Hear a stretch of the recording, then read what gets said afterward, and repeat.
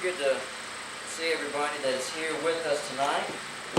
Very cool weather under the tent and getting to have Bible study and sing praise to God. I love that song. I'm glad that you led it. Tonight, I want to take a moment to say thank you for being here, as it shows really where your mind is. I talked to a guy the other day door knocking. He told me he's a Reformed Jew, and he said, "What do I do if I just wake up on a Sunday morning?" He said, "I just really don't care. What am I supposed to do?" But you're being here tonight, Romans chapter 8:5, he says, "For they that are after the flesh do mind the things of the flesh, but they that are after the Spirit, the things of the Spirit." You mind the things of the Spirit, or else you wouldn't be here to have Bible study. And I think for that man, what keeps me motivated in terms of the gospel and spreading it is I'm ready to leave here. All the things that are going on, you talk about how bad the world is getting, how worse the people are getting, and so we wake up on a Sunday and you say, "Well, I don't really want to bother with it." Okay, what do you expect the next world to be? He's already saying, "I don't really enjoy it here," and I'm saying, why bother? And what are you expecting to get in the next life? That's what I want to talk about tonight. This is my goal tonight. Romans 3:19.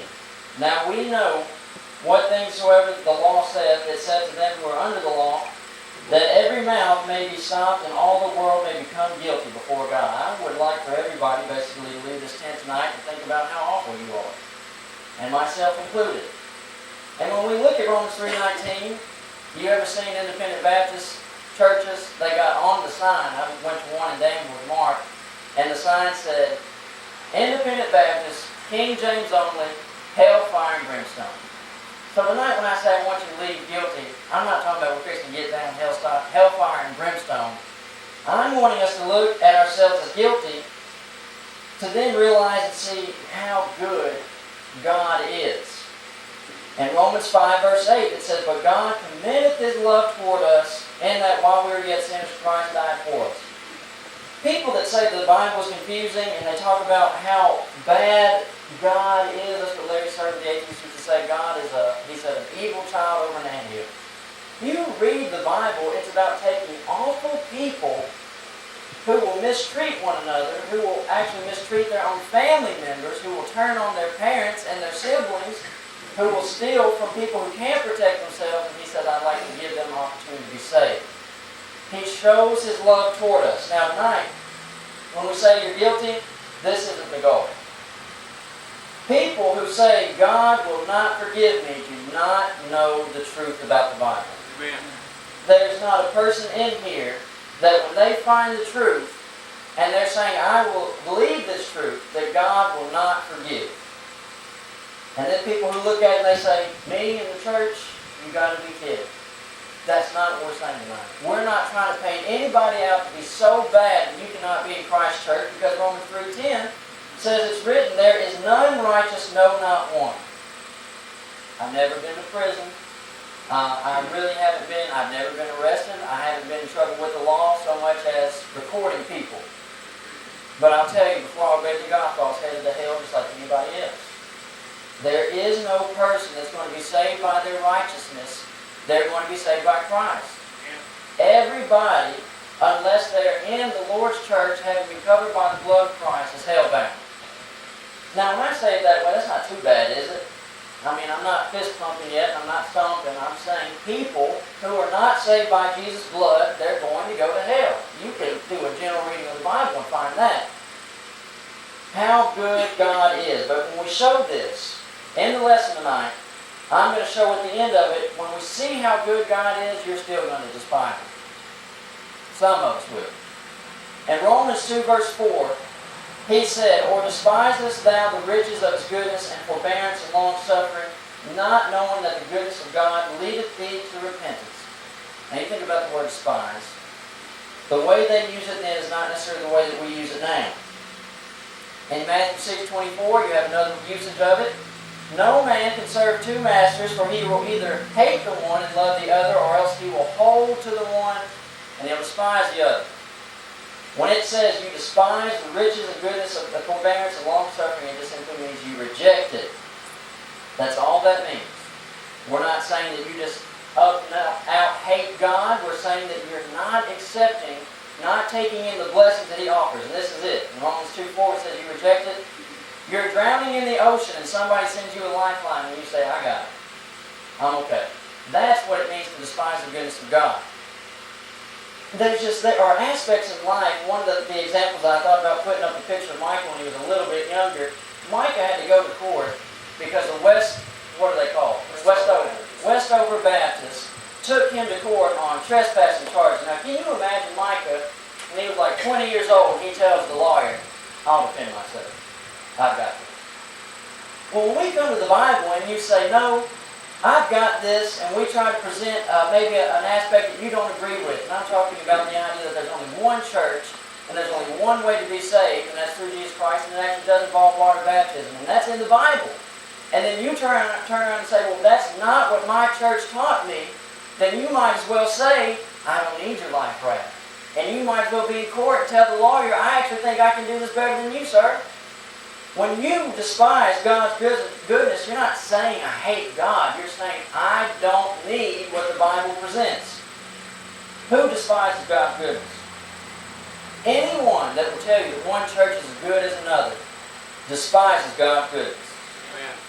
Anybody who believes that baptism is not a part of salvation. Now, I'm telling you tonight, this is not a lesson about baptism. But if you're going to go against all the scriptures that are in there that says baptism has something to do to be saved, then you're actually despising, rejecting what the Bible teaches. And anybody who refuses to speak out against sin, you reject, you despise the goodness of God. I started out by saying I was headed to hell just as much as anybody else. So if I start talking about a sin that you're involved in, you can just pretty much recognize, look, I was probably there with you, or I was just involved in something else. So talking about sin is not personal tonight. Okay, we're still not in our lesson. Romans 2:4. Despise God's goodness. I've got to explain one more thing.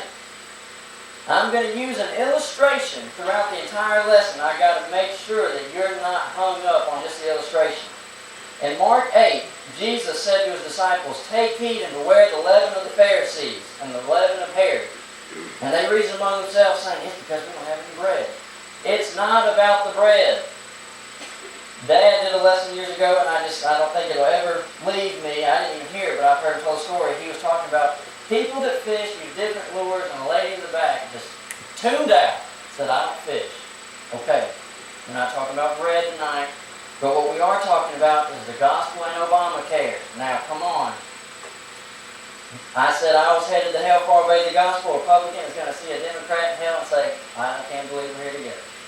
Everybody, it does not matter. I'm not talking about Trump or Hillary tonight. I'm simply making an illustration about the gospel. So please don't get hung up on what you think about Obama and Obamacare. I don't know all the ins and outs of health insurance. I am trying to present the gospel tonight. But this is what I want us to see. How good is God to the point that people will actually say, no thank you. And be an individual that God looks at from heaven and says, that person despises my goodness. When we came under Obamacare, the Affordable Health Care Act, this went away. The idea of being unqualified. And the old way that we had insurance, people would tell my dad, Mr. Robertson, because of your past cancer, you're going to be unqualified for health coverage. It could come back, we just can't insure you. You're not qualified. And a lot of people would fall into that category. If you've had cancer, the man who does my taxes, his wife had a pretty rare health disorder to the point that nobody wanted to cover her. But now because of Obamacare, they've got it covered. They have to give her something. And when you think about that, the fact that nobody can say that they're unqualified, that the government is going to give it to them.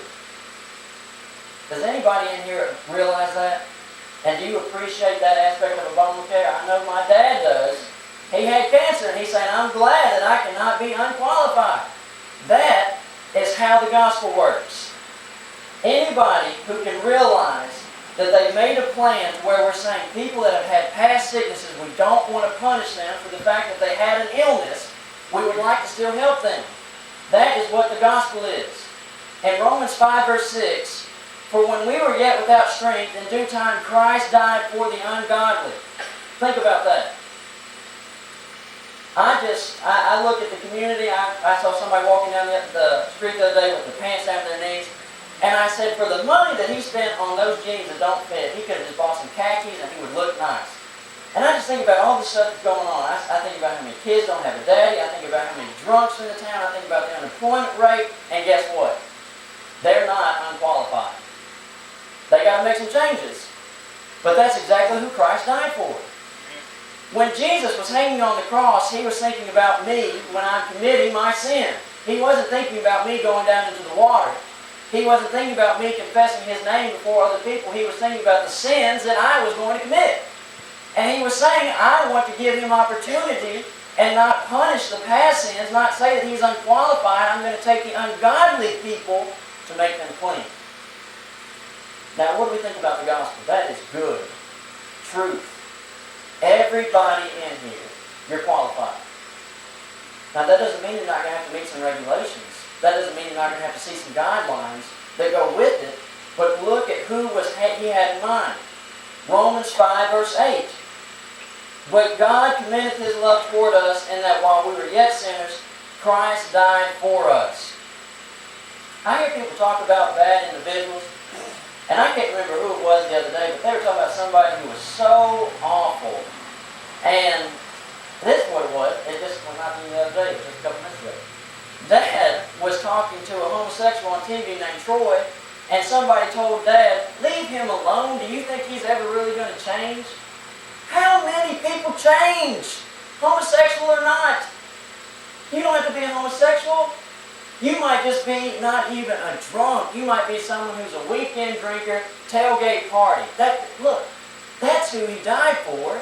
He died for the common man. He didn't die just for Adolf Hitler and Bin Laden and the child rapists. He died for the weekend sinner.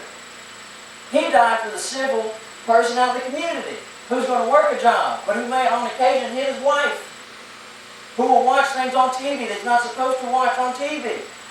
That is who Jesus died for. And he's not looking at them and saying, you're unqualified. He said, you were a sinner when I died for you, so you should be coming to me now. Now let's think about this. There's nobody who is unqualified. You can be saved, and Jesus will do it. Now think about this. Obamacare and the gospel. Because of your past cancer, you're unqualified? No. People who say that Jesus will not save me, you need to read Romans 5 and see that he definitely will save you. I don't know who came up with this idea that you're too bad for Jesus.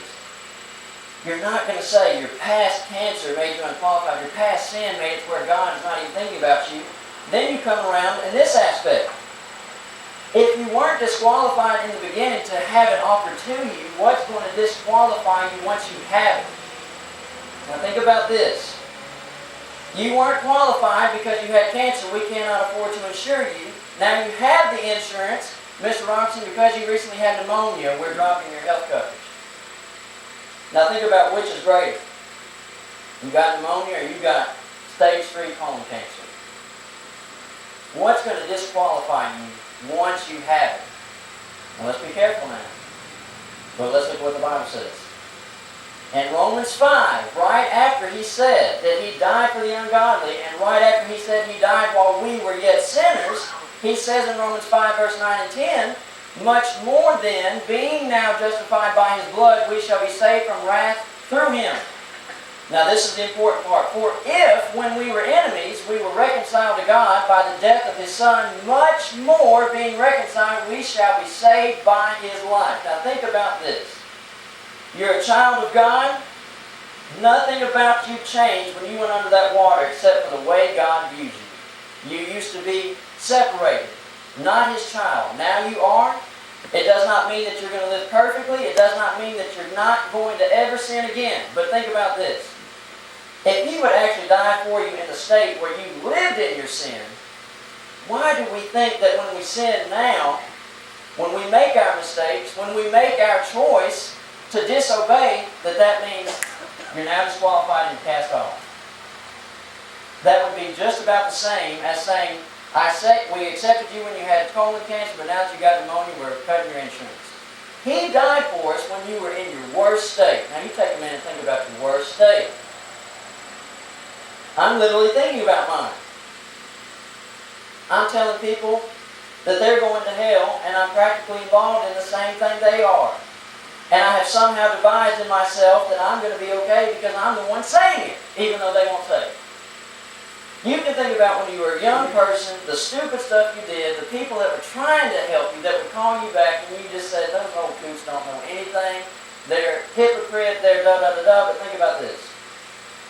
If He would save us then, why do we not think that His blood, much more, if when we were enemies, we were reconciled to God by the death of His Son, much more being reconciled, we shall be saved by His life. You're going to be covered as a Christian. Now think about it. We're making the point. God's goodness. He saved you in your worst part, and He's going to be patient with you. He's going to offer mercy and grace when you do make your mistakes. Much more. You've got to put those two words in there. Now Paul wrote those by inspiration for some reason. Much more salvation than you originally had. When you were an enemy and now you're reconciled, you're not going to be disqualified. Grace is going to cover you.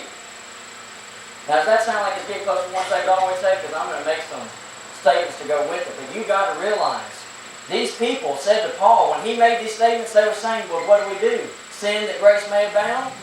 You've got to be thinking about how much grace are we getting. What's the point? What's the point of even trying to get the insurance if you're just thinking, well, I'm going to lose it. I'm going to be disqualified. Man, if I get a cold, it's gone away. That is how we live as Christians, and that should not be the case. Yeah. Much more than when we were enemies. Now think about this. You've got to realize, when you lived in sin, it's actually worse than when you commit a sin as a Christian. This is what he said in Romans 6. Let not sin therefore reign in your mortal body, that ye should obey it in the lust thereof. When you were in the world, did you have any consideration about what the Bible said? Did you have any consideration about what the older people or your siblings were saying to you? Man, we really wish, even if they were saying, the way you're living, just think about the hurt you're doing to Mom. We're talking about our parents. I don't want to leave my mom's church. When we were young, we did some stuff that really hurt our mom. Didn't you? I know I did. And I'm still young. So I'm saying not too long ago. There's a difference when we let it reign in our bodies and we're actually having the war that Peter writes about. The things that, the war between our flesh and our soul. And look at what he says. Neither yield ye your members as instruments of unrighteousness unto sin, but yield yourselves unto God as those that are alive from the dead, and your members as instruments of righteousness unto God. You live godly. You be involved in the war. You don't let sin take over. Now let's think about this. Much more. Who in here just wants to sin? Okay, no hands. Now we all realize we still do sin, but we're not just saying, if I could just burn the Bible and somehow free my conscience, I'd be sinning it up. We don't think that way. So why are we looking at ourselves when it comes to sin and God's grace as if that's the way we are living? I'm battling the flesh. And the grace of God is saying much more than when you were an enemy. And I'm realizing God's goodness, and I'm saying, Romans 6, I don't want sin to reign in my body. Now here's one reason I don't want sin to reign in my body. I realize the consequences of my physical state, not let alone my spiritual. People that party know, they don't have money.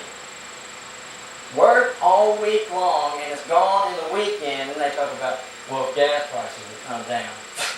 Gas prices ain't going to help you save money. You blew it on drink and cigarettes over the weekend. And everything else, just getting into the club, stuff like that, where the beer is even higher in the club. All these things. You wake up with a hangover on Monday morning. See how that works? It's not just hurting you spiritually, it's just wrecking your life. We know people who are basically just, they're living their life, they're already miserable, they're drinking on the job, and what happens? Get in trouble, DUI, right there, boom. Joey and I don't know where he is, we're just talking about if police would, now this is not Joey saying this, is somebody else in the world, they're saying legalize marijuana. And what would happen? Less people would be arrested and the record wouldn't be hurt forever. Look! Don't do drugs. And quit worrying about your record. You know how worried I am about drugs in my record? 0. I'm not doing drugs. I'm not thinking about this. I'm saying I don't want sin in my life, not just because of God, because I know sin will destroy my life. It will destroy my marriage. It will destroy the relationship that I have with my family members. So you start thinking about disqualifying you. He's not just looking to disqualify you. He's looking to save you. Here's the goodness of God, y'all. But then we turn around and we're going back to our example. Obamacare really didn't cheat. You know? I talked to a lady I'm saying I don't know the inner workings of healthcare. I have no idea how much your insurance is. This woman told me her insurance payment was $600 a month. I was thinking, good night. How in the world did that may not even be that high? I don't know. But the only way the Affordable Health Care Act works is to make it expensive for someone else. People that are sick, they would have been disqualified. They appreciate it. But us healthy people, you look at it and you say, well, it got higher for me, it got cheaper for some other people. That's the gospel. Look at Romans 3:24. Being justified freely by His grace through the redemption that is in Christ Jesus, whom God hath set forth to be a propitiation through faith in His blood, to declare His righteousness for the remission of sins that are passed through the forbearance of God. If we're murmuring, and I'm not trying to defend Obamacare, if we're murmuring about how the fact that my health insurance got more expensive so someone else can have it cheaper, Jesus Christ paid the price so that you can have free salvation. And it's right there. Now let's think about this word freely. I don't know the exact Greek word, but I know where here it's translated into one word, and when you put it in John 15, it came out to be a phrase. But this cometh to pass, that the word might be fulfilled that is written in their law, they hated me without cause. You are saved, I am saved without cause. There's a member of the church in Texas, and I was talking to him one day, and he said, I hire no voters. What's that? He said, I hire no voters. I said, I don't know what that means. He said, I hire felons. I'm trying not to call them felons. I said, okay, I got it. He said, I'm trying to help them get themselves straightened out. How many of us here at the place where you work would say, let's give that man a break? He did his crime. He's done his time. Let's get him a job and see if we can't help him out. I'm saying, I'm not going to do that with a lot of people.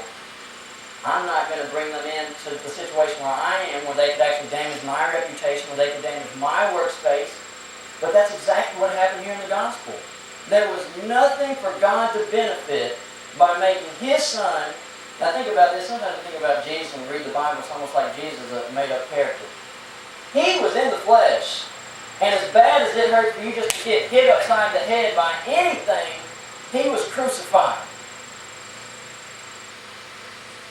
Micah drilled a hole through his finger, working on his truck. And you know what he did? Man, he passed out. He passed out behind the pickup truck, and he fell on the tongue of a trailer, and the crank dug all down his back. You know why I did it?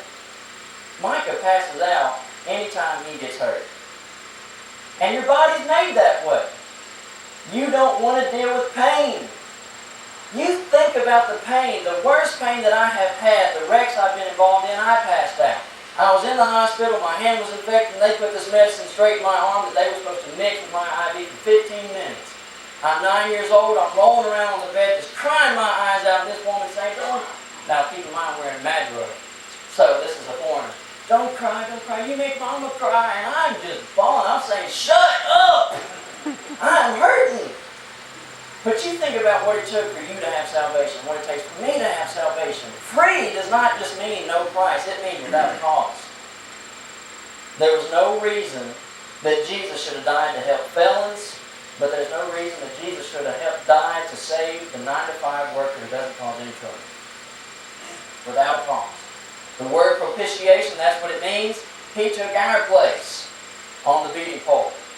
He was crucified without sin, had committed no crime, crucified between two thieves. And here we are today.